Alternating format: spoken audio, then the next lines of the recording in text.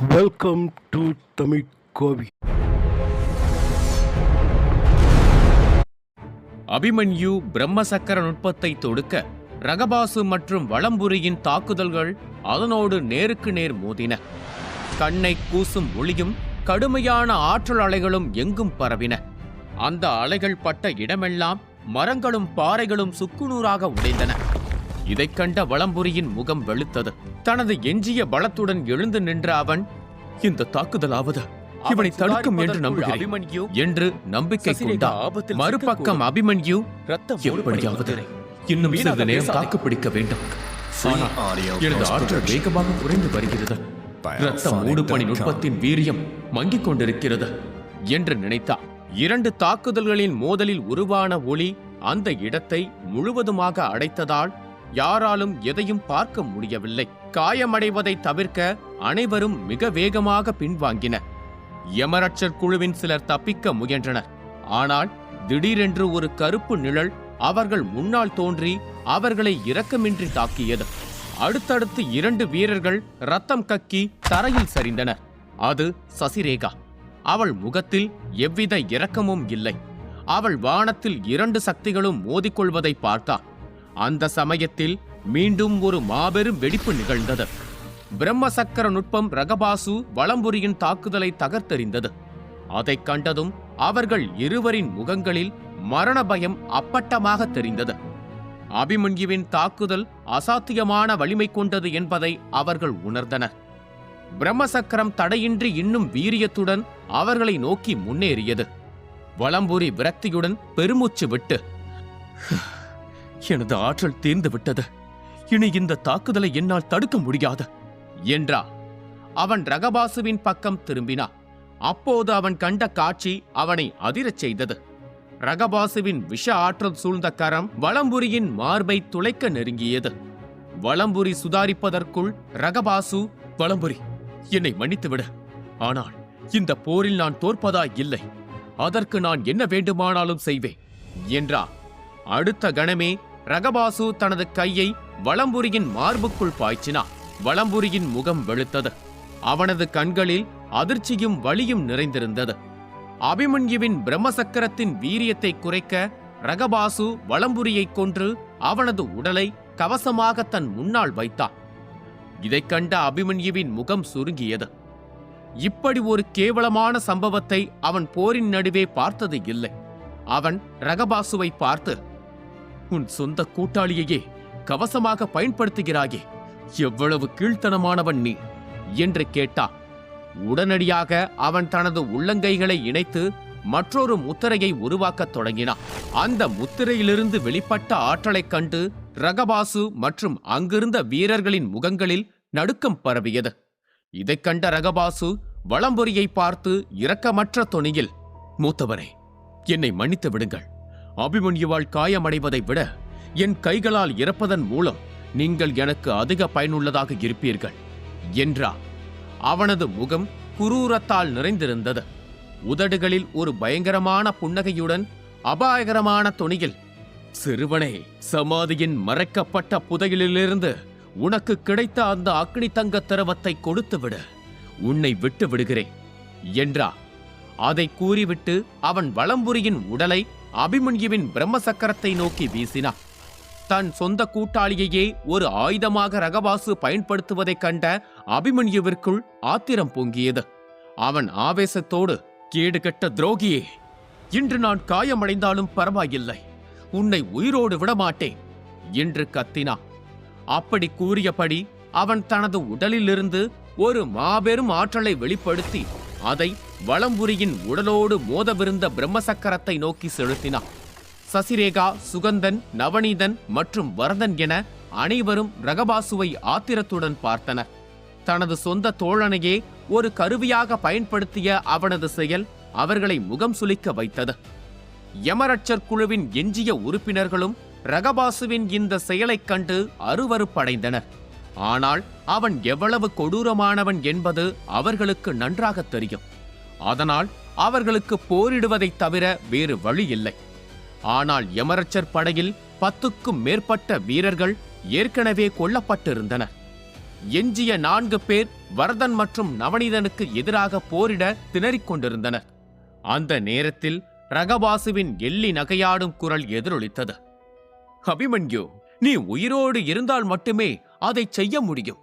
உனது ஆற்றல் ஏற்கனவே குறைந்துவிட்டது என்பதையும் உனது சிறப்பு நுட்பத்தின் வீரியம் மங்கிவிட்டது என்பதையும் நான் அறிவேன். எனவே இப்போது உன் மரணம் உறுதி என்றார். அபிமன்யு ரகபாசுவின் பேச்சை காதில் வாங்கவில்லை. அவனது முழு கவனமும் அவனது ஆற்றலும் அவனுக்கு முன்னால் இருந்த பிரம்மசக்கர நுட்பத்தின் மீதே இருந்தது. திடீரென்று ஒரு பயங்கரமான வெடிப்பு நிகழ்ந்தது. அந்த வெடிப்பிலிருந்து வெளிப்பட்ட ஆற்றல் அலை அபிமன்யுவை சில அடிகள் பின்வாங்க செய்தது. பல வண்ண ஆற்றல்கள் இணைந்து ஒரு பயங்கரமான அழுத்தத்தை உருவாக்கியது. அது சுற்றியுள்ள வெப்பநிலையை வெகுவாக உயர்த்தியது. அங்கிருந்த அனைவரின் நெற்றியிலும் வியர்வை அரும்பியது. அபிமன்யு தொடர்ந்து முத்திரையை உருவாக்கிக் கொண்டிருந்த போது ரகபாசு அதிவேகமாக தன்னை நோக்கி வருவதை அவன் கவனித்தான். தனது பற்களை கடித்தபடி அபிமன்யு உறுதியான குரலில், இனி என்ன நடந்தாலும் நான் அதை எதிர்கொள்வேன் என்றான். அவன் தனது இரு கைகளையும் வேகமாக சுழற்றத் தொடங்கினான். அதே சமயம் அவனது உடலிலிருந்து மூவண்ண ஆற்றல்கள் வெளிவரத் தொடங்கின. ஆனால் இந்த முறை அந்த ஆற்றல்கள் எவ்வித சிரமமும் இன்றி மிக எளிதாக வெளிவந்த அவனுக்கு புரியவில்லை. அந்த ஆற்றல் சுழலைக் கண்ட ரகபாசு உரக்கச் சிரித்தபடி,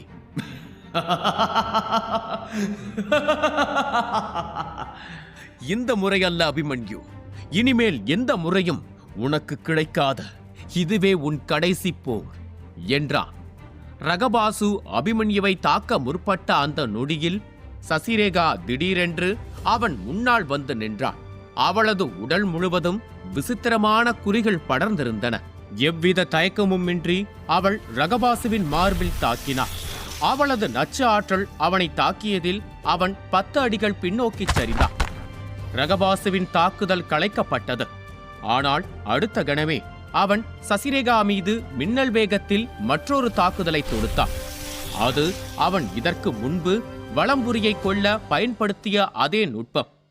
அது தன்னை நோக்கி வருவதை சசிரேகாவால் பார்க்க முடிந்தது. தாக்குதல் நெருங்குவதைக் கண்டு சசிரேகாவின் முகத்தில் கவலை தெரிந்தது. அவள் அங்கிருந்து விலகினாள். அந்த தாக்குதல் அவளுக்கு பின்னால் முத்திரையை உருவாக்கிக் கொண்டிருக்கும் அபிமன்யுவை தாக்கிவிடும். அபிமன்யுவை ஆபத்தில் தள்ள விரும்பாததால் அந்த தாக்குதலை தானே தாங்கிக் கொள்ள அவள் தனது உடலை தனது ஆற்றலால் மூடினாள். இதைக் கண்ட ரகபாசு தனது வேகத்தை அதிகரித்தார். இந்த தாக்குதல் சசிரேகாவை காயப்படுத்தும் என்பதும் அந்த இடைவெளியில் அவளை கைப்பற்றி விடலாம் என்பதும் அவனுக்கு தெரியும். ஆனால் திடீரென்று அபிமன்யுவின் குரல் இடியென முழங்கியது. சசிரேகா, அங்கிருந்து சீக்கிரம் விலகிச் செல் என்று கத்தினான். அதைக் கேட்டதும் சசிரேகாவின் கண்கள் விரிந்தன. அதே சமயம் தனக்கு பின்னால் இருந்து ஒரு அபாயகரமான ஆற்றல் அலை வருவதை அவள் உணர்ந்தாள். தனது சிறகுகளை பயன்படுத்தி அவள் ஒரு நிழலாக மாறி அங்கிருந்து மறைந்தாள். இதைக் கண்ட ரகபாசு ஆத்திரம் அடைந்தாள். ஆனால் அபிமன்யுவின் கைகளிலிருந்து ஒரு பயங்கரமான ஆற்றல் தன்னை நோக்கி வருவதைக் கண்ட அடுத்த கணம் அவனது கண்களில் மரண பயம் மின்னியது. அவன் சுதாரிப்பதற்குள் அபிமன்யு, இரட்டை பிரளய வெடிப்பு என்று கர்ஜித்தான். அவனது கைகளிலிருந்து ஒரு மாபெரும் ஆற்றல் வெடிப்பு கிளம்பியது. ரகபாசுவின் உடல் 50 அடி தூரத்திற்கு பின்னோக்கி தூக்கி எறியப்பட்டது. அபிமன்யுவின் உடல் தங்க அக்னி திரவத்தால் உருவான கவசத்தால் பாதுகாக்கப்பட்டிருந்தாலும் அவனுக்கு கடுமையான உள்காயங்கள் ஏற்பட்டது. ஒரு அலறலுடன் அவனது வாயிலிருந்து ரத்தம் பீரிட்டது. அவனது கண்கள் சொருகத் தொடங்கின. முகம் வெளுத்தது. நெற்றியில் இருந்த அந்த சின்னம் மறைந்தது. தொலைவிலிருந்து இதை பார்த்து கொண்டிருந்த மாயக்கந்தக குலத்தைச் சேர்ந்த அம்பராயர் அபிமன்யு கீழே விழுவதற்கு முன்பே அவர் பாய்ந்து வந்து அருகில் தோன்றி அவனை தாங்கி பிடித்தார். அபிமன்யுவின் ஆற்றல் வற்றி போனது. வலிமை மிக்க பகவஜ்ர வீரரான அம்பராயர் உடனடியாக அபிமன்யுவை தனது ஆற்றலால் மூடினார். அந்த இரட்டை பிரளய வெடிப்பைக் கண்டு அவர் திகைத்து போனார். இவ்வளவு பயங்கரமான நுட்பத்தை இவன் எப்படி பெற்றான் என்று ஆச்சரியப்பட்டார். சசிரேகா, சுகந்தன், நவநீதன் மற்றும் வரதன் ஆகியோரும் அந்த தாக்குதலை கண்டனர். ஆனால் அவர்கள் கண்களுக்கு வானத்தில் ஒரு புகைப்படலம் மட்டுமே தெரிந்தது. ஆனால் அம்பராயரின் கூர்மையான உணர்வுகள் அபிமன்யுவின் அந்த ஆற்றல் அலை ஒரு பயங்கரமான ஆன்மீக மிருகமாக உருமாறியிருந்ததை ஏற்கனவே உணர்ந்திருந்தன. அந்த ஆன்மீக மிருகம் மிகவும் விசித்திரமாக இருந்தது. அதன் உடல் முழுவதும் நீல நிற படிகங்களால் மூடப்பட்டிருந்தது. அதன் சிறகுகள் பல வண்ண மின்னல்களால் உருவானவை. மேலும் அதன் மார்பில் அடற்பழுப்பு நிற ஆற்றல் ஜொலித்தது. அதன் பயங்கரமான பார்வை ரகபாசுவின் மீது நிலைத்திருந்தது. ரகபாசு தனது முத்திரையை உருவாக்குவதை நிறுத்திவிட்டு தனது உடலை தனது சக்தியால் மூடிக்கொண்டார். பகவஜ்ர நிலையை அடையாமலேயே அபிமன்யு எப்படி இத்தகைய தாக்குதலை உருவாக்கினான் என்று அவன் அதிர்ச்சி அடைந்தான். அந்த ஆன்மீக மிருகம் கிட்டத்தட்ட 50 அடி உயரம் இருந்தது. அதற்கு முன்னால் ரகபாசு ஒரு சிறிய பூச்சியைப் போல தெரிந்தான். ரகபாசு எதிர்வினை ஆற்றுவதற்கு முன்பே அந்த மிருகம் அதிவேகத்தில் நகர்ந்து அவனை அப்படியே விழுங்கியது. புகை மூட்டத்திற்குள் ஒரு நிழல் வலியால் துடிப்பது மட்டுமே தெரிந்தது. சில நொடிகள் கழித்து அந்த மிருகம் பிரகாசமாக ஜொலித்தது. ஒரு பயங்கரமான சக்தியுடன் வெடிப்பு சிதறியது. அந்த வெடிப்பு 2000 அடி சுற்றளவிற்கு பரவி அனைத்தையும் அழிவு சக்தியால் நிரப்பியது. சுகந்தன், நவநீதன், சசிரேகா மற்றும் வரதன் அனைவரும் அச்சத்துடன் அதை பார்த்தனர். அபிமன்யுவை சுற்றி அம்பராயர் உருவாக்கியிருந்த பாதுகாப்பு கவசத்தில் கூட விரிசல்கள் விழுந்தன. இதை உணர்ந்த அம்பராயர், இந்த சிறுவன் என்னையே அசைத்து பார்த்து விட்டான். தலைவருக்கு இதை தெரிவிக்க வேண்டும். விருத்திர மின்னல் சக்தி மட்டுமல்லாது இன்னும் 2 பஞ்சபூத ஆற்றலை கொண்டிருக்கும் ஒரு இளம் வீரன். முறையான பயிற்சி அளிக்கப்பட்டால் இவன் மைத்ரேதைய நிலையை அடைய முடியும். வருத்தத்திற்குரிய விஷயம் என்னவென்றால் அந்த நிலையை என்னால் கூட எட்ட முடியவில்லை என்று விரக்தியோடு கூறினார். அபிமன்யுவின் வெளிரிய முகத்தை பார்த்த அம்பராயர் புன்னகையுடன், நீ மிகவும் அதிர்ஷ்டசாலி. இன்று நீ எதை சாதித்திருக்கிறாய் என்று உனக்கே தெரியாது. உன்னை போன்ற ஒரு வீரனைத்தான் நான் நீண்ட நாட்களாக தேடிக்கொண்டிருந்தேன். இப்போது என்னால் என் குலத்திற்கே உதவும் பழங்கால அரகரட்சர் குலத்தை பழிவாங்கவும் முடியும் என்றார். ஆற்றல் புயல் மெல்ல மங்கிய போது காற்றில் இரத்தத்தின் மனம் மட்டுமே எஞ்சி இருந்தது. அந்த இரத்தம் வேறு யாருடையதும் அல்ல, அபிமன்யுவின் பயங்கரமான தாக்குதலில் பலியான தலைவர் ரகபாசுவுடையது. அனைத்தும் அடங்கிய பிறகு தரையில் சில எலும்புகளும் அதன் அருகே ஒரு விசித்திரமான மோதிரம் கிடப்பதை அனைவரும் கவனித்தனர். அது ஒரு மாய மோதிரம். ஆனால் ஆற்றல் அலைகளில் சீற்றம் இன்னும் இருந்ததால் யாரும் அதன் அருகில் செல்ல துணியவில்லை. அந்த தருணத்தில் ஒரு நிழல் உருவம் அந்த மோதிரத்தை தன் பக்கம் ஈர்த்தது. அது அம்பராயர். அவர் மற்றவர்களை பார்த்து, மருத்துவ மையமும் அருகிலுள்ள வலிமைமிக்க சக்திகளும் இந்த தாக்குதலை உணர்ந்திருப்பார்கள். நீங்கள் சிக்கலில் மாட்டுவதற்கு முன் இங்கிருந்து வெளியேறுவது நல்லது என்றார். அவர் முகத்தில் ஒரு வஞ்சகமான புன்னகை தோன்றியது. இதைக் கண்ட வரதனும் சுகந்தனும் கவலையடைந்தனர். சசிரேகாவும் நவநீதனும் அம்பராயரை பார்த்து எச்சரிக்கையுடன், தயவு செய்து அபிமன்யுவை எங்களிடம் ஒப்படைத்து விடுங்கள் என்றனர். அவர் யார் என்று சசிரேகாவுக்கு தெரியாது. ஆனால் அவரது ஆற்றல் ரகபாசுவை விட அதிகமாக இருப்பதை அவளால் உணர முடிந்தது. அதனால்தான் அவள் உடனடியாக தாக்கவில்லை. ஆனால் அம்பராயர் அவளை பார்த்து, பின்வாங்க பெண்ணே, உனது காயங்களில் நீ கவனம் செலுத்து. இந்த சிறுவனுடன் எனக்கு முக்கியமான வேலை இருக்கிறது. அதனால் இவனை என்னுடன் அழைத்துச் செல்கிறேன் என்றார். அம்பராயர் அபிமன்யுவை அழைத்துச் செல்வதற்குள் ஒரு பயங்கரமான குரல் முழங்கியது. அதை கனவில் கூட நினைத்து பார்க்காதீர்கள் என்று கர்ஜித்தது அந்த குரல். அந்த குரலை உணர்ந்த மாத்திரத்தில் அம்பராயரின் முகத்தில் கவலை தெரிந்தது. அவருக்கு முன்னால் வெண்ணிற ஆற்றல் சூழ்ந்த ஒரு வயதான ஆன்மா நின்றது. அது வேறு யாரும் அல்ல, அருணகேசர்தான். அம்பராயர் அபிமன்யுவை அழைத்து செல்ல முடிவெடுத்த போது ஒரு கம்பீரமான குரல் ஒலித்தது. அந்த குரலை உணர்ந்த மாத்திரத்தில் அம்பராயரின் முகத்தில் கவலை தெரிந்தது. அவருக்கு முன்னால் வெண்ணிற ஆற்றல் சூழ்ந்த ஒரு வயதான ஆன்மா நின்றது. அது வேறு யாரும் அல்ல, அருணகேசர்தான். அவரது உடலிலிருந்து அபரிமிதமான ஆற்றல் பாயத் தொடங்கியது. அவரை பார்த்த அம்பராயர் வியந்தார். இது ஒரு ஆன்மா, ஆனால் இதன் ஆன்மீக ஆற்றல் எப்படி இவ்வளவு வலிமையாக இருக்கிறது என்று கேட்டார்.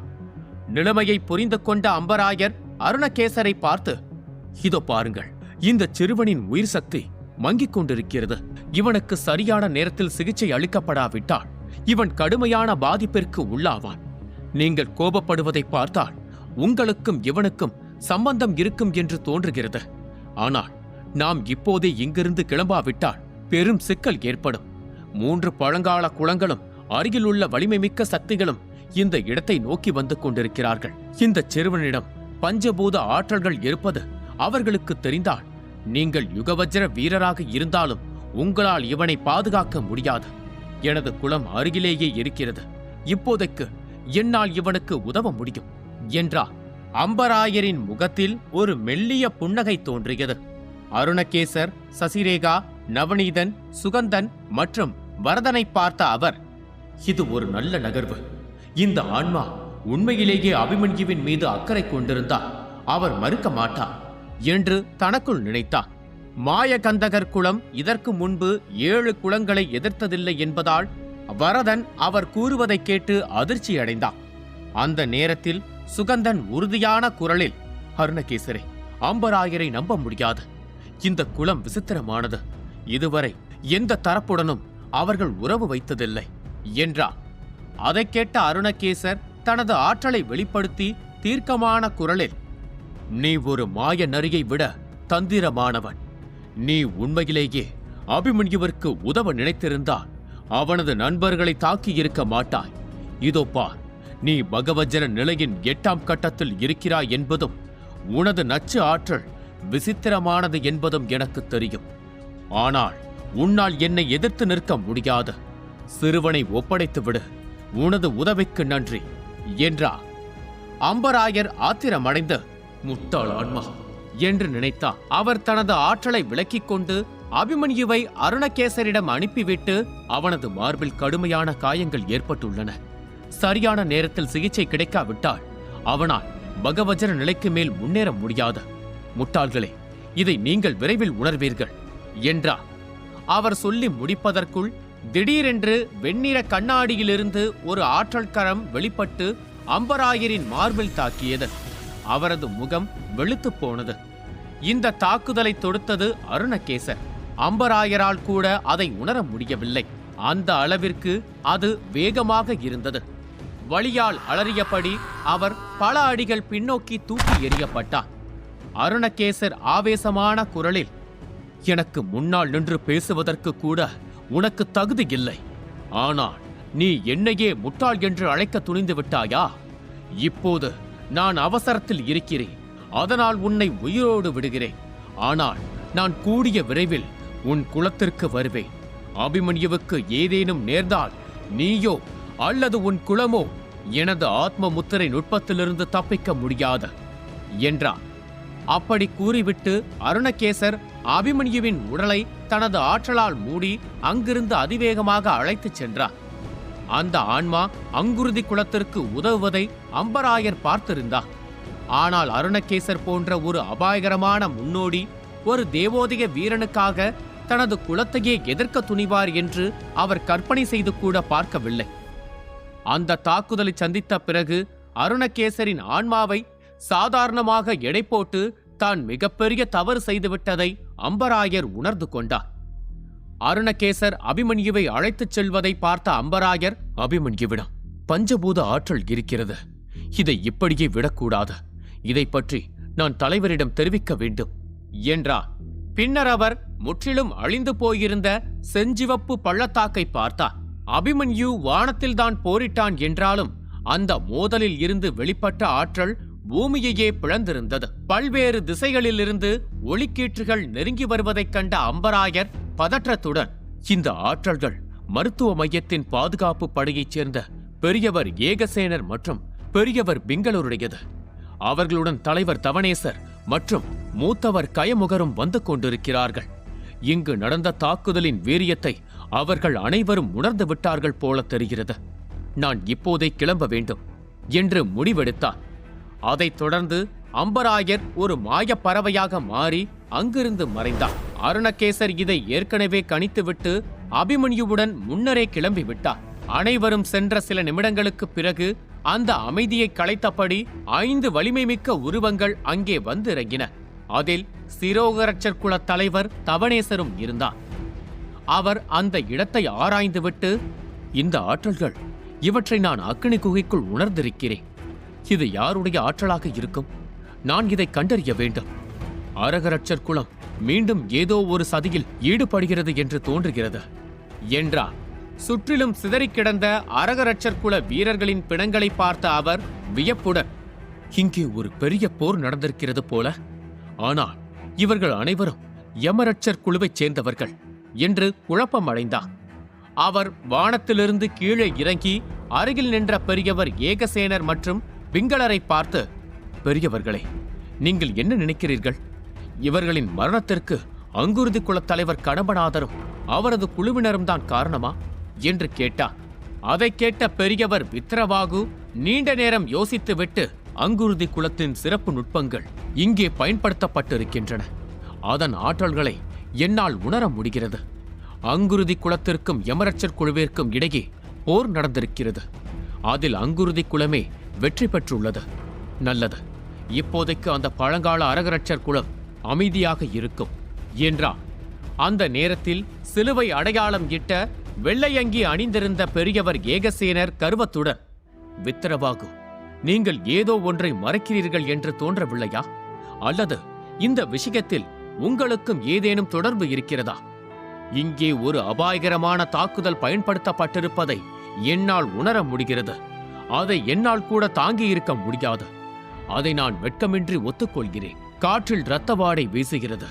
அந்த தாக்குதலை எதிர்கொண்டவர் யாராக இருந்தாலும் அவருக்கு மிக மோசமான விதியே வாய்த்திருக்கும். ஆனால் அதை பற்றி நீங்கள் ஏன் சொல்ல மறுக்கிறீர்கள் என்று கேட்டார். வித்ரவாகு அமைதியாக இருந்தார். ஏகசேனர் சுற்றி முற்றி பார்த்துவிட்டு, இந்த பகுதி மருத்துவ மையத்தின் கட்டுப்பாட்டிற்குள் வருகிறது. அங்குருதி குலத்திற்கும் அரகரட்சர் குலத்திற்கும் இடையே கடுமையான போர் நடந்ததாக எனக்கு ஏற்கனவே தகவல்கள் கிடைத்தன. வியப்பான விஷயம் என்னவென்றால், ஒரு யுகவஜ்ர வீரரை வைத்துக்கொண்டு அங்குருதி குலத்தினர் அரகரட்சர் குலத்தின் இளைய தலைமுறை வீரரான விகாசனை காயப்படுத்தியுள்ளனர். அது மட்டுமல்ல, பெரியவர் புவனபதியும் கடுமையாக காயமடைந்துள்ளார் என்றார். இதை கேட்ட தவணேசர் கவலையுடன், அப்படியானால் அங்குருதி குலத்திற்கு பெரிய ஆபத்து காத்திருக்கிறது. அரகரட்சர் குலம் இதை அவ்வளவு எளிதில் விடாது என்றார். ஏகசேனர் புன்னகைத்து, இன்னும் 2 மாதங்களில் வழக்கம் போல 7 குலங்களின் இளைய தலைமுறையினரும் மருத்துவ மையமும் பங்கேற்கும் போட்டி தொடங்க உள்ளது. எனவே இப்போதைக்கு அரகரட்சர் குலம் எந்த நடவடிக்கையும் எடுக்காது. ஆனால் அவர்களின் எண்ணம் சரியாக இருக்காது என்பது மட்டும் உறுதி. அவர்கள் அந்த போட்டியில் ஏதாவது செய்வார்கள் என்றார். அருகில் நின்ற பிங்களர் சுற்றுப்புறத்தை கவனித்துவிட்டு தனக்குள் யோசித்தார். இந்த தாக்குதல் பஞ்சபூத ஆற்றலை பயன்படுத்தி உருவாக்கப்பட்டிருக்கிறது. ஒருவேளை இது அந்த சிறுவனின் வேலையாக இருக்குமோ? ஆனால் அது எப்படி சாத்தியம்? நானே பார்த்தேனே, அவன் அந்த அக்னி குகையை விட்டு வெளியே வரவில்லையே. இதை பற்றி நான் தனிப்பட்ட முறையில் விசாரிக்க வேண்டும் என்றார். பின்னர் ஏகசேனர் அனைவரையும் பார்த்து, சுற்றி எந்த உயிரினத்தின் நடமாட்டமும் இல்லை. அனைவரும் கிளம்பிவிட்டார்கள் போல என்றார். அதைத் தொடர்ந்து பிங்களர் அங்கிருந்து வேகமாக புறப்பட்டார். அவர் அபிமன்யுவை பற்றி விசாரிக்க முடிவு செய்தார். அவர் திடீரென்று அங்கிருந்து சென்றதைக் கண்டு ஏகசேனர் ஒரு கணம் வியப்படைந்தாலும் ஏகசேனர் அவரை தடுக்கவில்லை. ஏகசேனர் யுகவஜர நிலையில் இருந்தாலும் அந்தஸ்தை பொறுத்தவரை பிங்களர் ஒரு 5ஆம் நிலை வேதியர். அவரது கட்டளைக்கு தவணேசர் போன்ற தலைவர்கள் கூட அடிபணிய வேண்டியிருக்கும். அப்படி இருக்கையில் ஏகசேனரால் எப்படி அவரை தடுக்க முடியும்? ஏகசேனர் அங்கிருந்த மற்றவர்களை பார்த்து, நாம் அரகரட்ச குலத் தலைவரிடம் மீண்டும் பேச வேண்டும் என்று நினைக்கிறேன். அங்குருதி குலம் முக்கிய குலங்களில் ஒன்றாக இல்லாவிட்டாலும் ஒரு குழுவின் மீது இப்படி தாக்குதல் நடத்துவது விதிகளுக்கு எதிரானது என்றார். அதைக் கேட்ட வித்ரவாகு ஆத்திரத்துடன், அது பயன் தரும் என்று நினைக்கிறீர்களா? ஆதாரம் இல்லாமல் நம்மால் அரகரட்சர் குலத்தை நேரடியாக குற்றம் சாட்ட முடியாது. நச்சு பள்ளத்தாக்கிலிருந்து அந்த சமுதாயத்தையே முற்றிலும் துடைத்தெறிய வேண்டும் என்று நான் ஆரம்பத்தில் இருந்தே சொன்னேன். நீங்கள்தான் கேட்கவில்லை என்றார். அதைக் கேட்ட தவணேசர், ஒருவேளை நீங்கள் மறந்திருக்கலாம். அரகரட்சர் குலத் தலைவர் சிவவஜ்ர நிலையில் இருக்கிறார். மேலும் இந்த முறை அடையாளம் தெரியாத ஒரு வலிமைமிக்க நபர் அவர்களுடன் இணைந்திருப்பதாக கேள்விப்பட்டேன். நாம் அவசரப்பட்டு செயல்பட்டால் அனைத்து தரப்பினரும் ஆபத்தில் சிக்க நேரிடும் என்றார். அதைக் கேட்டு சிரித்த ஏகசேனர், இதை நீங்களா சொல்கிறீர்கள்? உங்கள் தரப்பிலும் 2 சிவவஜ்ர வீரர்கள் இருக்கிறார்களே, அரகரட்சர் குலத்தைக் கண்டு நீங்கள் பயப்படுகிறீர்களா என்று கேட்டார். தவணேசர் கர்வத்துடன் புன்னகைத்து, எனது சிரோகரட்சர் தரப்பும் திவ்யனாக குலமும் அந்த பழங்கால குலங்களை விட பலவீனமானவை அல்ல. ஆனால் இந்த விஷயம் அங்குருதி குலத்தை பற்றியது என்பதால் நான் இதில் அதிகமாக தலையிட முடியாது. எனக்கு முக்கியமான வேலைகள் இருக்கின்றன என்றார். அதை கூறிவிட்டு அவரும் தனது ஆற்றலை வெளிப்படுத்தி அந்த நொடியே அங்கிருந்து மறைந்தார். அதே நேரத்தில் செஞ்சிவப்பு பள்ளத்தாக்கிலிருந்து வெகு தொலைவில் அபிமன்யு ஒரு படுக்கையில் கிடந்தார். அவனது அருகில் முன்னோடி அருணகேசர், தலைவர் கடம்பநாதர் மற்றும் அங்குருதி குல பெரியவர்கள் நின்று இருந்தனர். அவர்களின் முகங்களில் கவலையும் கண்களில் வியப்பும் இருந்தது. ஏனெனில் அபிமன்யுவின் உடலில் ஒரு சிறு கீறல்கள் கூட இல்லை. 10 நாட்கள் நடந்த போரில் அங்குருதி குலம் பெரும் இழப்புகளை சந்தித்திருந்தது. அரகரட்சர் குலத்தை தோற்கடித்திருந்தாலும் அருணகேசர் போன்ற வலிமைமிக்க முன்னோடி அவர்கள் பக்கம் இருப்பதாலும் பல தரப்பினர் இப்போது அவர்களுடன் நட்புறவை நீடித்து வந்தனர். இல்லையென்றால் அரகரட்சர் குலத்திற்கு பயந்து ஒருவர் கூட அங்குருதி குலத்திற்கு ஆதரவு கொடுத்திருக்க மாட்டார்கள். அபிமன்யு விழித்தெழுவதற்காக அருணகேசர் அமைதியாக காத்திருந்தார். நவநீதன் ஏற்கனவே தனது குலத்திற்கு திரும்பிவிட்டார். மற்ற அனைவரும் கூட அங்கிருந்து சென்று விட்டனர். அபிமன்யு படுக்கையில் அமைதியாக கிடந்தார். அவனது கட்டுக்கோப்பான உடலைச் சுற்றி ஒரு அடற்பழுப்பு நிற ஒளி வீசியது. அதற்குள் நீலம் மற்றும் கருப்பு நிற ஆற்றல்கள் மென்மையாக மின்னின. சசிரேகா வந்து அவனது அருகில் அமர்ந்தாள். அவளது கண்களில் மௌனமும் ஆத்திரமும் இருந்தது. உனது ஆற்றல் வேகமாக அதிகரித்து வருகிறது. ஆனால் இவ்வளவு நேரமாகியும் நீ இன்னும் கண் விழிக்கவில்லை. அரகரட்சர் குலத்துடனான இந்த பிரச்சனையை நானே தீர்த்துக் கொள்கிறேன். நீ உன்னை பார்த்துக்கொள் என்றா. திடீரென்று அவளது அழகான கண்கள் முழுவதுமாக கருப்பாக மாறின. அவள் சோகத்துடன், இன்னும் 1 மாதத்தில் மருத்துவ மைய போட்டி தொடங்குகிறது. நச்சு பள்ளத்தாக்கை அடைய எனக்கு உதவுவதாக நீ வாக்குறுதி அளித்திருந்தாய். ஆனால் இப்போது நான் வேறு முடிவு எடுத்து விட்டேன். நான் அந்த போட்டியில் பங்கேற்று வெற்றி பெற்று என் உடலில் உள்ள முத்திரைக்கான மருந்தை நானே பெறுவேன். இனி நீ எனக்காக கஷ்டப்பட வேண்டாம். இனி உன் பாதை வேறு, என் பாதை வேறு. ஒருவேளை நாம் இனி சந்தித்துக் கொள்ள வேண்டிய அவசியம் இருக்காது என்றாள். அவளது கண்கள் கண்ணீரால் நிறைந்தன. அவளது உடலைச் சுற்றி ஒரு கரும்புகை படர்ந்தது. அவள் எழுந்து அந்த அறையை விட்டு வெளியேறினார். வெளியே 2 வீரர்கள் அவளை ரகசியமாக கவனித்துக் கொண்டிருந்தனர். சசிரேகா அவர்களை பார்த்து இருந்தாலும் அதை பொருட்படுத்தாமல் அவள் மிக வேகமாக நடந்து சென்றாள். ஒரு வீரன் தனது சக வீரனின் தோளில் கை வைத்து, அவளை அவ்வளவு உற்று பார்க்காதே. அவள் யார் என்று உனக்கு தெரியாது. அவள் ஒரு வலிமைமிக்க தேவோதய வீரர். அவளுக்கு தெரிந்தால் உன்னை ஒரே அடியில் கொன்று விடுவாள் என்றார். இதைக் கேட்டதும் அந்த வீரனின் கண்களில் பயம் தோன்றியது. அவன் நடுக்கத்துடன், இந்த அறைக்குள் இருக்கும் அந்த சிறுவன் யார்? அவன்தான் யமரட்சர் குழுவை முழுமையாக அழித்தவனா என்று கேட்டான். இருவரும் அந்த அறையை நோக்கினர். அந்த அறையைச் சுற்றி வலிமையான ஆற்றல் அலைகள் சூழ்ந்திருந்தன. தலைவர் கடம்பநாதர் உள்ளிட்ட ஒரு சிலருக்கு மட்டுமே உள்ளே செல்ல அனுமதி வழங்கப்பட்டிருந்தது. அதனால் அவர்களால் தூரத்தில் இருந்து மட்டுமே அதை கவனிக்க முடிந்தது. அங்குருதி குலத்தின் அபிமன்யு ஓய்வெடுத்துக் கொண்டிருக்க, அங்கிருந்து வெகு தொலைவில் ஒரு இருண்ட இடத்தில் வத்சலா ஒரு பெரிய கல்லின் மீது வைக்கப்பட்டிருந்த தாமரை போன்ற பீடத்தில் அமர்ந்து தீவிரமாக பயிற்சி செய்து கொண்டிருந்தார். சுற்றியுள்ள இயற்கையின் சக்தியை தனது உடலுக்குள் ஈர்த்து கொண்டிருந்தார். அருகில் வெள்ளை மற்றும் கருப்பு நிற கோடுகள் கொண்ட அழகான அங்கியை அணிந்தபடி பத்ரா நின்று கொண்டிருந்தான். அவன் அவளை ஆச்சரியத்துடன், இவ்வளவு வேகத்தில் சாகுபடியை அதிகரிப்பவரை நான் இதுவரை பார்த்ததே இல்லை. வத்சலாவின் திறமை வித்யகந்த குலத்தின் பெரியவர்களையும் இளைஞர்களையும் விட மேலானது. வெறும் 2 மாதங்களில் அவளது சாகுபடி அமரோதய நிலையின் 5ஆம் கட்டத்தை எட்டியிருப்பதை என்னால் உணர முடிகிறது.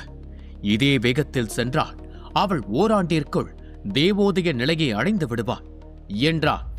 இதைக் கேட்ட மூத்தவர் வதீரா புன்னகைத்தார். ஆனால் அவரது குரலில் கவலை இருந்தது. பத்ரா, இதற்கு காரணம் அவளுக்குள் இருக்கும் அபிமன்யுவின் ரத்தம்தான். அவளது கருவில் இருக்கும் குழந்தை ஏற்கனவே அமரோதய நிலையின் 4ஆம் கட்டத்தை எட்டி இருப்பதை என்னால் உணர முடிகிறது. அந்த குழந்தை மேலும் வலிமை பெறும்போது இந்த தாமரை பீடம் பயன் தராமல் போய்விடும். இப்போதைக்கு எல்லாம் நன்றாக இருக்கிறது. ஆனால் வத்சலா தேவோதய நிலையை அடையும் போது அவள் தாங்க முடியாத வலியை சந்திப்பாள். ஏனென்றால் அந்த நேரத்தில் கருவில் இருக்கும் குழந்தையும் தேவோதய நிலையை நெருங்கும்.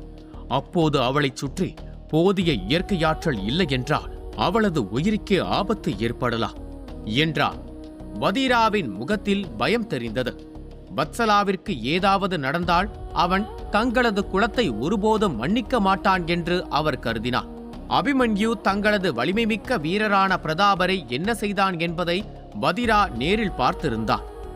அதை கேட்ட பத்ரா பதற்றத்துடன், அப்படியானால் நாம் இப்போது என்ன செய்ய வேண்டும்? அபிமன்யு நமது குலத்திற்காக எவ்வளவு செய்திருக்கிறான் என்பது உங்களுக்கு தெரியும். ஆனால் அவன் தற்போது நச்சு பள்ளத்தாக்கின் உட்புற பகுதியில் இருக்கிறான். அது மிகவும் அபாயகரமானது. நாம் அவனுக்காக காத்திருக்க முடியாது. நாம் ஆச்சாரியர் தாமாவிடம் ஆலோசனை கேட்க வேண்டும் என்றார். அதற்கு வதீரா, கவலைப்பட தேவையில்லை. நீ தேவோதய நிலையின் 8ஆம் கட்டத்தில் இருக்கிறாய். விரைவில் பகவஜ்ர நிலையை அடைவாய். நீ உன் பயிற்சியில் கவனம் செலுத்த. அபிமன்யு சரியான நேரத்தில் திரும்புவான் என்று நான் நம்புகிறேன். ஆனால் அவன் திரும்பும் போது அவனது சாகுபடி எந்த அளவுக்கு உயர்ந்திருக்கும் என்று யாருக்கு தெரியும் என்று கூறினார். பின்னர் அவர் ஒரு பெருமூச்சு விட்டு பத்ராவுடன் அங்கிருந்து சென்றார். வத்சலாவின் கண்கள் மூடியிருந்தாலும் அவளது சாகுபடி உயர்ந்திருந்ததால் கண்களை திறக்காமலேயே அவளால் சுற்றுப்புறத்தை கவனிக்க முடிந்தது. அவர்கள் சென்றதை உணர்ந்த பிறகு அவள் மீண்டும் தனது பயிற்சியில் கவனம் செலுத்தி இன்னும் அதிக அளவு ஆற்றலை ஈர்த்தாள். அவள் ஈர்த்த ஆற்றலில் பெரும்பகுதி அவளது கருவில் இருக்கும் குழந்தையே சென்றடைந்தது. அந்த குழந்தை ஒவ்வொரு கணமும் வலிமை பெற்று வந்தது. தனது குழந்தையின் திறன் தன்னை விட மேலானது என்பதில் வத்சலாவிற்கு மகிழ்ச்சி இருந்தாலும் ஒவ்வொரு நாளின் பெரும்பகுதியும் பயிற்சியிலேயே கழிக்க வேண்டியிருந்தது அவளுக்கு விரக்தியை தந்தது. அந்த இருண்ட இடத்திலிருந்து வெகு தொலைவில் துவாரகர் குலத்தின் மாளிகைக்குள் வெள்ளை நிற திரைகளால் சூழப்பட்ட ஒரு அறைக்குள் ஒரு முதியவர் தனக்கு முன்னால் வைக்கப்பட்டிருந்த பல சிவப்பு நிற பாட்டில்களை பார்த்து கொண்டிருந்தார். அந்த பாட்டில்களுக்குள் 30க்கும் மேற்பட்ட பகவஜ்ர மாத்திரைகள் இருந்தன. அவற்றிலிருந்து வெளிப்பட்ட ஆற்றலை உணர்ந்த தாமா அருகில் அமர்ந்திருந்த அதியரசனை பார்த்து, அதியரசரே, உண்மையிலேயே மருந்து தயாரிப்பதில் உங்களது நிபுணத்துவம் அபாரமானது என்றார். அதை கேட்டு அதியரசன் புன்னகைத்தபடி தேநீரை அருந்திவிட்டு, இவை அனைத்தும் உங்களது வழிகாட்டுதலாலும் நீங்கள் வழங்கிய பொக்கிஷங்கள் தந்த பலனால் விளைந்தது தாமரை. இல்லையெனில் ஒரு பகவஜ்ர மாத்திரையை உருவாக்குவது கூட எனக்கு கடினமாக இருந்திருக்கும். அதோடு வேதியர் வனபதியையும் நாம் மறந்துவிடக்கூடாது.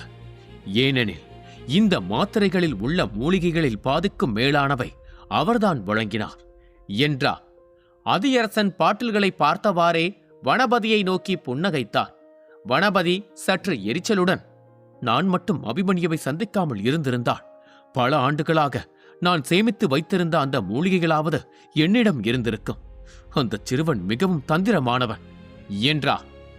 தாமா அவரை தேற்றும் வகையில், வனபதி, உங்களது இந்த உதவியை நான் என்றும் நினைவில் கொள்வேன். அபிமன்யுவிற்கு அனுபவம் குறைவு என்பது எனக்கு தெரியும். ஆனால் அவன் உங்களுக்கு அளித்த வாக்குறுதியை மறக்க மாட்டான். என்னை நம்புங்கள் என்றார். அதைக் கேட்டதும் வனபதி நன்றியுடன் புன்னகைத்து, நீங்கள் இதை சொல்ல தேவையில்லை. பல ஆண்டுகளாக நான் இந்த மூலிகைகளை சேகரித்து வந்தேன். ஒருவேளை அவை இன்று அபிமன்யுவிற்கு பயனுள்ளதாக இருக்கும் என்றால் அதை கொடுக்க எனக்கு தயக்கமும் இல்லை. உண்மையில் நான் தான் உங்களுக்கு நன்றி சொல்ல வேண்டும். உங்களால் தான் நான் துவாரகர் குலத்தின் பெரியவராக உயர்ந்தேன். எனது ஆற்றல் 3ஆம் கட்டத்திலிருந்து 5ஆம் கட்டத்தை எட்டியுள்ளது என்றார். அவர் பேசி முடித்ததும் அருகில் தேநீர் பரிமாறிக் கொண்டிருந்த வசுதேவி தயக்கத்துடன் தாமாவை பார்த்து, தேவகுருவே, நான் உங்களிடம் ஒன்று கேட்கலாமா என்று கேட்டார். அதைக் கேட்ட தாமா புன்னகைத்து,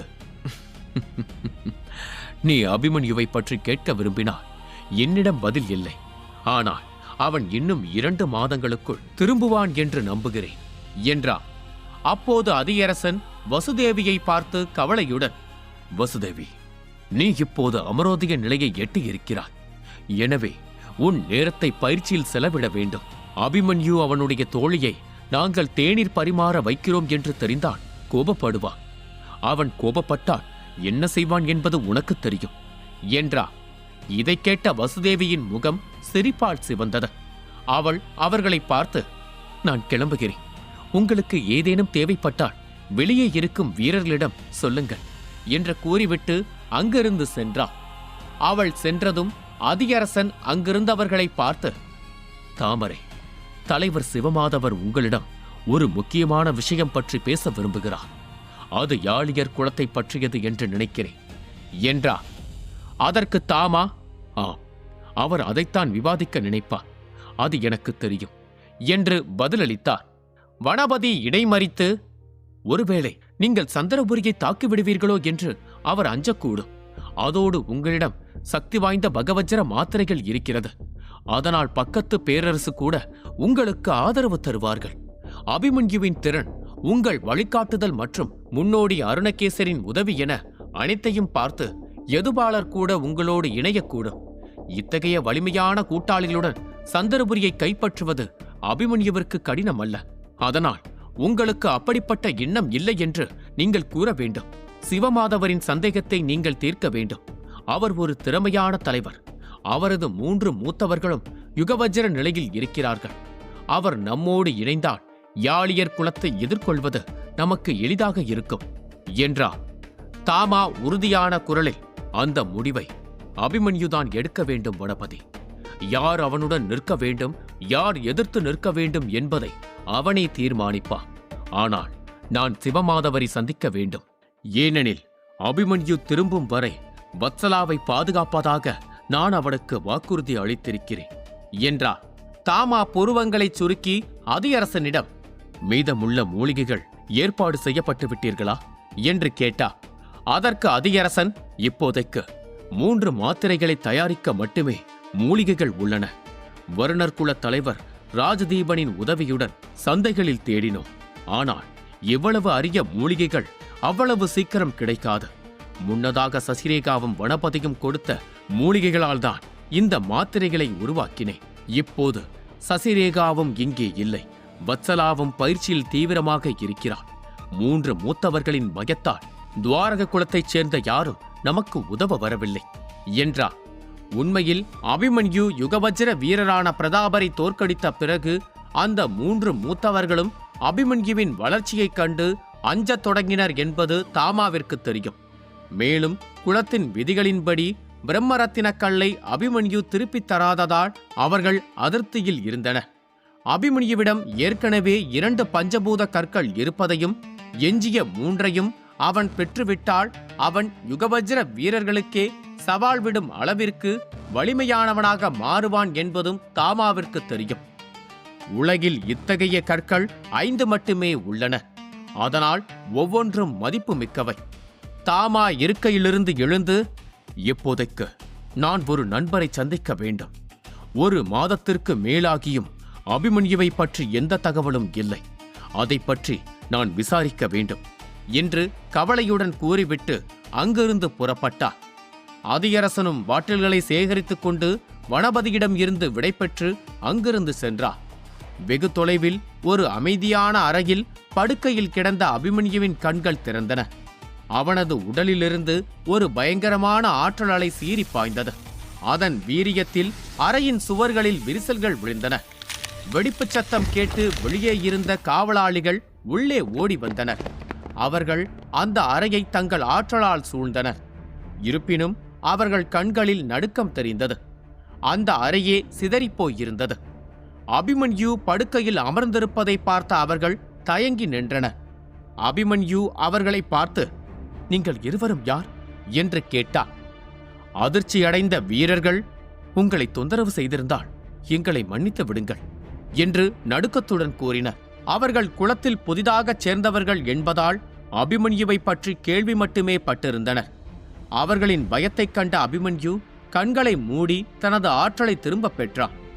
அந்த நிமிடம் அந்த இடமே அமைதியானது. பின்னர் அவன் வியப்புடன், நான் எப்படி இங்கே வந்தேன் என்று உங்களால் சொல்ல முடியுமா என்று கேட்டான். அவர்களில் ஒருவன் நடுக்கத்துடன், எங்களுக்கு தெரியாது, நாங்கள் அங்குருதி குலத்தின் சாதாரண வீரர்கள் மட்டுமே என்று பதிலளித்தான். இதைக் கேட்ட அபிமன்யு நிதானமாக, சுகந்தனை நான் அழைத்ததாக அவனிடம் சொல்ல முடியுமா? அவன் என் நண்பன் என்றான். தலைவரின் மகனை பற்றி குறிப்பிட்டதும் மற்றொரு வீரன் தயங்கினான். எங்களால் அதை செய்ய முடியாது. ஆனால் அபிமன்யுவின் முகத்தில் எரிச்சல் தோன்றுவதைக் கண்ட அவன் விரைவாக தொடர்ந்தான்.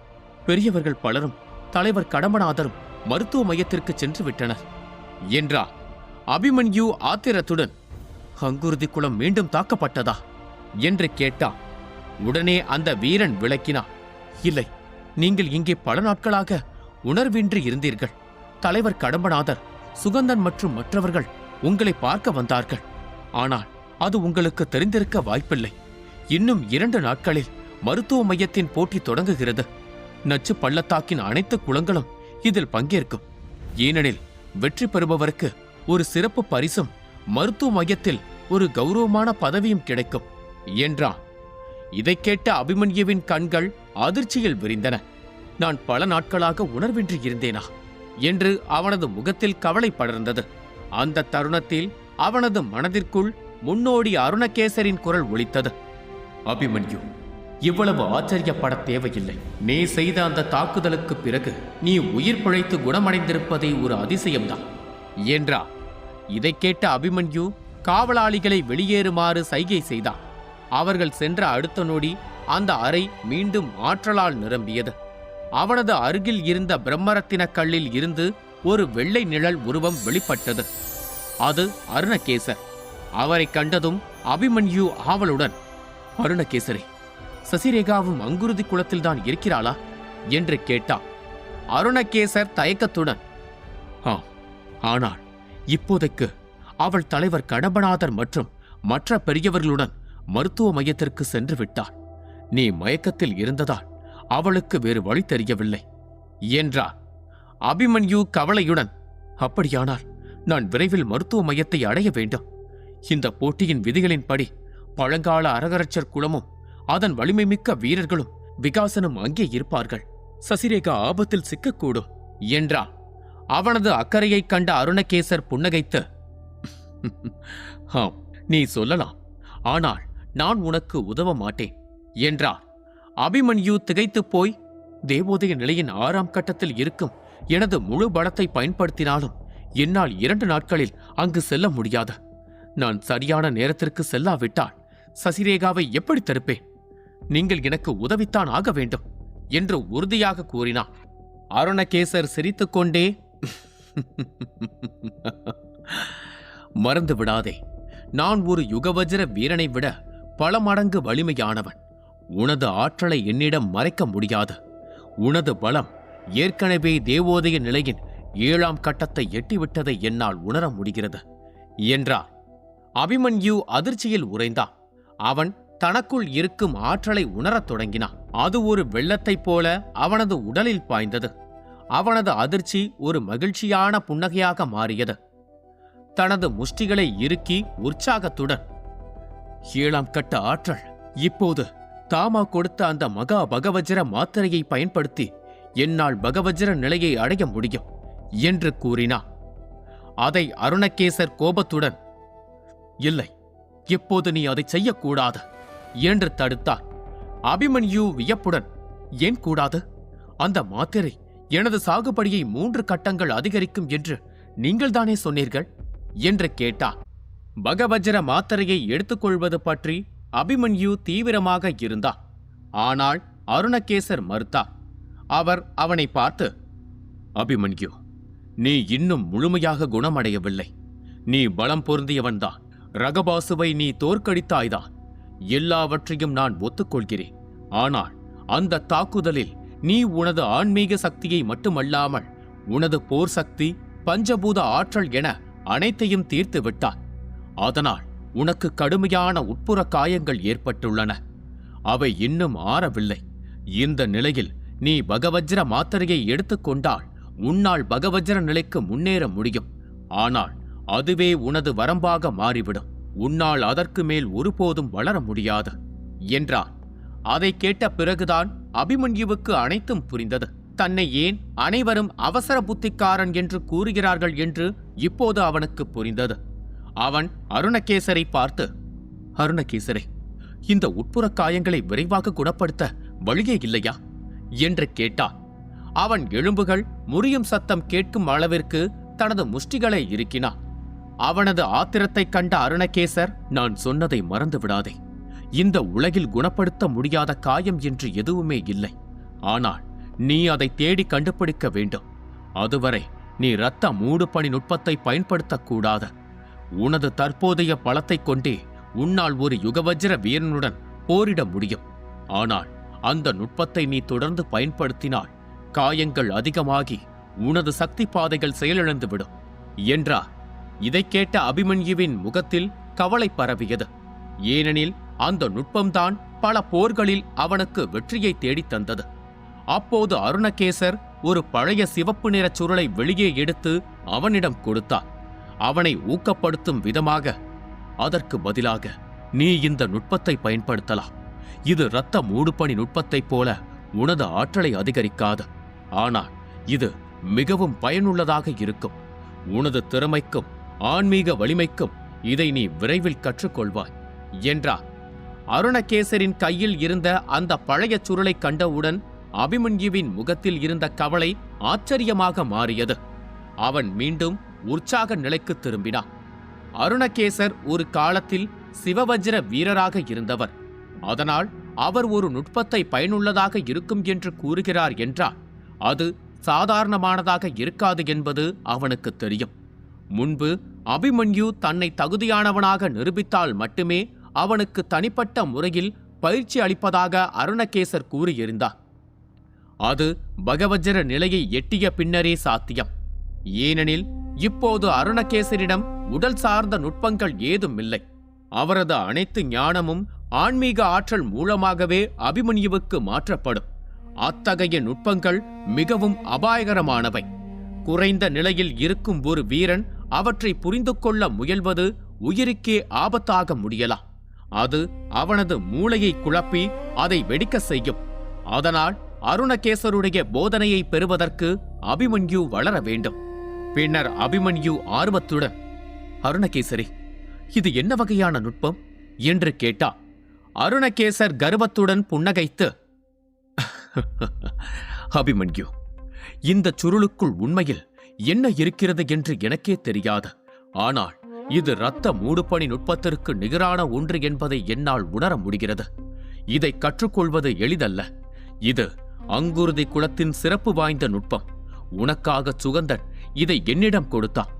இதை உன்னால் புரிந்து கொள்ள முடிந்தால் உனது ஆற்றலை 2 நிலைகள் வரை உன்னால் உயர்த்திக் கொள்ள முடியும் என்றார்.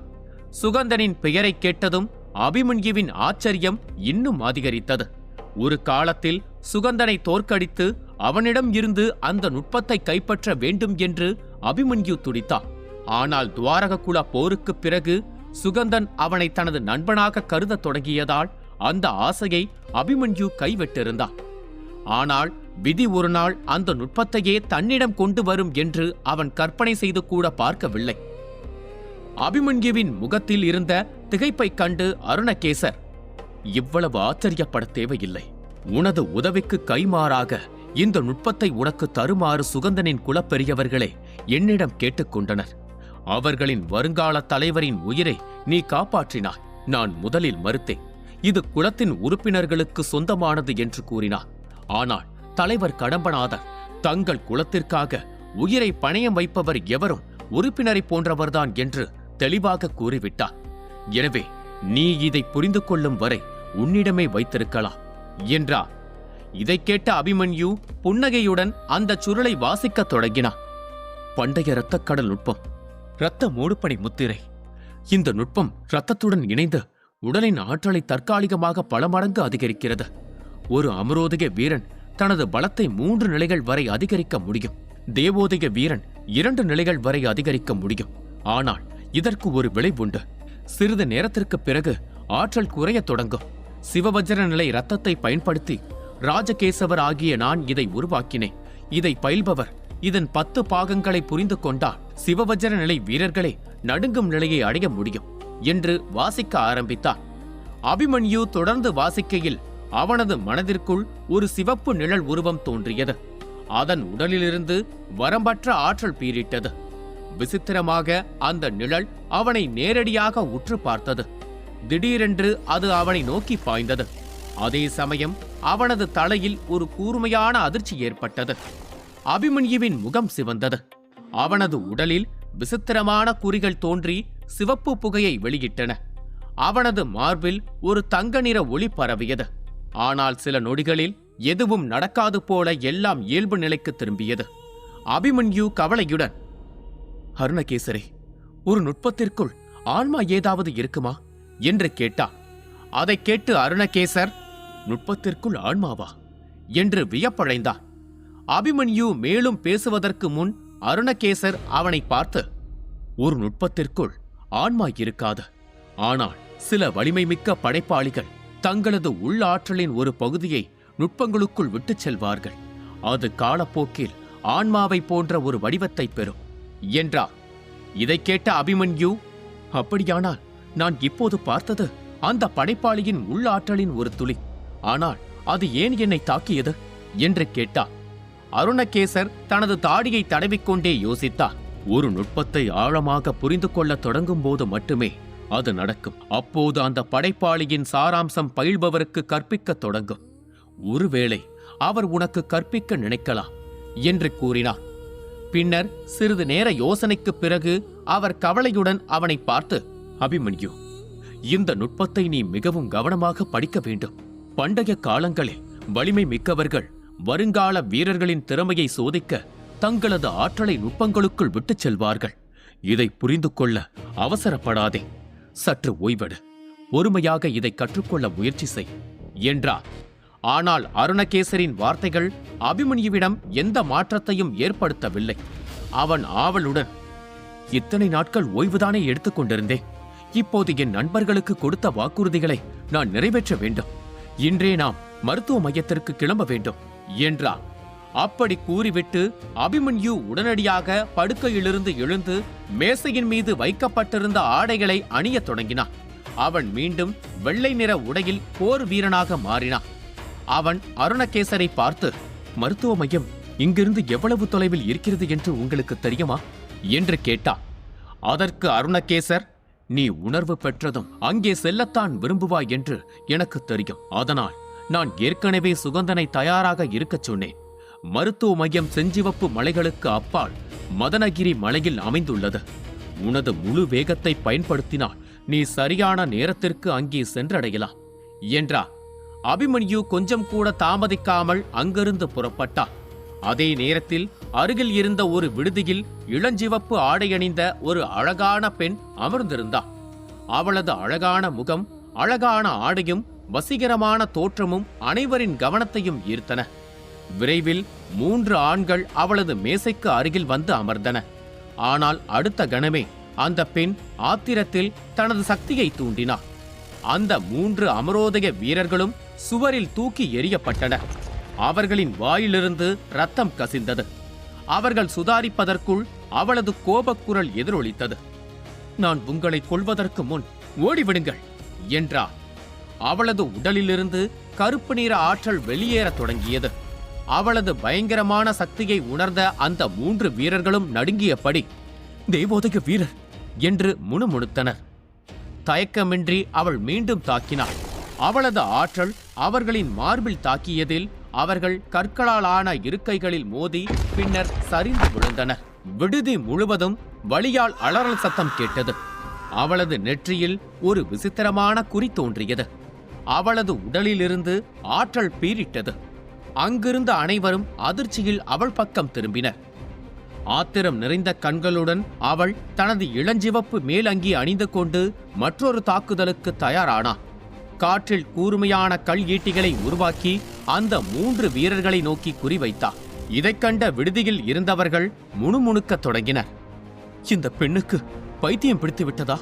யாராவது இங்கே காயமடைந்தால் மருத்துவ மைய பெரியவர்கள் அவர்களுக்கு கடுமையான தண்டனை கொடுப்பார்கள் என்பது தெரியாதா என்றார். உடனே மற்றொருவன், வீணாக பேசாதே, உனக்கு தெரியவில்லையா? அவள் தேவோதய நிலையின் 8ஆம் கட்டத்தில் இருக்கிறார் என்றார். அதை கேட்ட 3வது ஆள், அவள் எந்த நிலையில் இருந்தாலும் சரி, அவள் கதை முடிந்தது என்றார். அந்த மூவரும் பேசுவதைக் கேட்ட அவள் அதை கண்டு கொள்ளாமல் தன்னை தாக்கிய அந்த 3 வீரர்களை நோக்கி சென்றாள். அவர்களை பார்த்து குரூரமாக புன்னகைத்து, ஒரு பெண்ணிடம் எப்படி பேச வேண்டும் என்று கூட உங்களுக்கு தெரியவில்லை. இன்று இந்த பாடத்தை நீங்கள் வாழ்நாள் முழுவதும் நினைவில் வைத்திருப்பீர்கள் என்று கர்ஜித்தாள். அவள் அந்த கல் ஈட்டிகளை விஷ ஈட்டிகளைப் போல அவர்கள் மீது ஏவினாள். அந்த 3 வீரர்களும் விரைவாக ஆற்றல் கவசங்களை உருவாக்கினர். ஆனால் அவர்களின் அமரோதிய நிலை தற்காப்பு அவளது ஆற்றலை தாங்காது என்பது அனைவருக்கும் தெரியும். கவசங்கள் உடனடியாக உடைந்தன. ஈட்டிகள் அவர்களின் கைகளை நோக்கி சீறி பாய்ந்தன. அங்கிருந்த யாரும் அதை தடுத்து நிறுத்த முன்வரவில்லை. கூட்டத்தில் கருப்பு நிற அங்கி அணிந்திருந்த ஒரு பெண் இதையெல்லாம் தீவிரமாக கவனித்துக் கொண்டிருந்தாள். அவளது முகம் மூடப்பட்டிருந்தது. திடீரென்று அவளுக்கு பின்னால் ஒரு குரல் கேட்டது. சசிரேகா, நாம் இங்கிருந்து கிளம்ப வேண்டும். பல வலிமை மிக்கவர்கள் இங்கே வந்து விட்டார்கள். நீ இங்கே இருப்பது பாதுகாப்பானது அல்ல என்று கூறியது அந்த குரல். அந்த குரலை கேட்ட சசிரேகா வலிமை மிக்க பெரியவர்கள் மற்றும் சுகந்தனுடன் நின்று இருந்த தலைவர் கடம்பநாதரின் திசையை நோக்கினார். ஆனால் அவள் அங்கிருந்து கிளம்புவதற்கு முன்பே மற்றொரு சக்தி வாய்ந்த இருப்பை உணர்ந்தார். அவளது கவனம் இப்போது அங்கு சண்டையிட்டுக் கொண்டிருந்த இளஞ்சிவப்பு அங்கி அணிந்த பெண்ணின் மீது திரும்பியது. அவளது ஆற்றல் சசிரேகாவுக்கு பரிச்சயமானதாக தோன்றியது. ஆனால் அவளால் அதை முழுமையாக புரிந்து கொள்ள முடியவில்லை. ஒன்று இவள் தனது சக்தியை மறைக்கிறாள், அல்லது அவள் தனது சொந்த சக்தியை முடக்கி வைத்திருக்கிறாள் என்று சசிரேகா சந்தேகித்தாள். அந்த பெண்ணின் நெற்றியில் இருந்த விசித்திரமான அடையாளத்தை சசிரேகா உற்று பார்த்தாள். சசிரேகா எதையும் சொல்வதற்கு முன்பே ஒரு நிழல் உருவம் அங்கே தோன்றி அந்த பெண்ணின் தாக்குதலை தடுத்தது. அந்த உருவம் ஆத்திரத்துடன், என் குலத்தவர்களை தாக்க உனக்கு எவ்வளவு தைரியம் என்று கத்தியது. புதிதாக வந்தவரை பார்த்த அனைவரும் அதிர்ச்சி அடைந்தனர். கடம்பநாதரும் அவரை பார்த்து ஆச்சரியம் அடைந்தார். இவன் 6ஆம் கட்ட யுகவஜ்ர வீரன் என்றார். இது இளைய தலைமுறையினருக்கான போட்டி என்பது அனைவருக்கும் தெரியும். இதில் பெரியவர்கள் தலையிடுவது விதிகளுக்கு எதிரானது. இருந்த போதிலும் அந்த இளஞ்சிவப்பு அங்கி அணிந்த பெண் எவ்வித அச்சமும் காட்டவில்லை. அவள் அந்த புது மனிதனை மேலிருந்து கீழ் வரை பார்த்து, என்ன, நீயும் என்னை தாக்கப் போகிறாயா?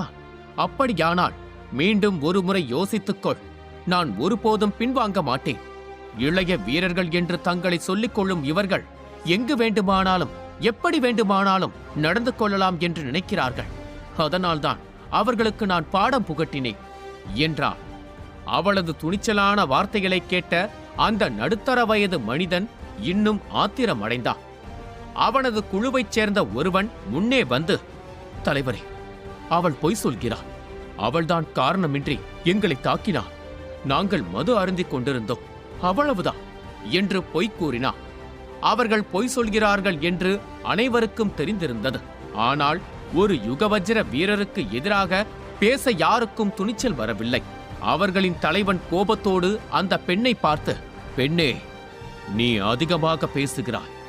பெரியவர்களிடம் எப்படி பேச வேண்டும் என்று உனக்கு நான் கற்றுத் தருகிறேன் என்று கர்ஜித்தார். நன்றி. லைக்ஸ் அண்ட் சப்ஸ்கிரைப் செய்பவர்களுக்கு மட்டும்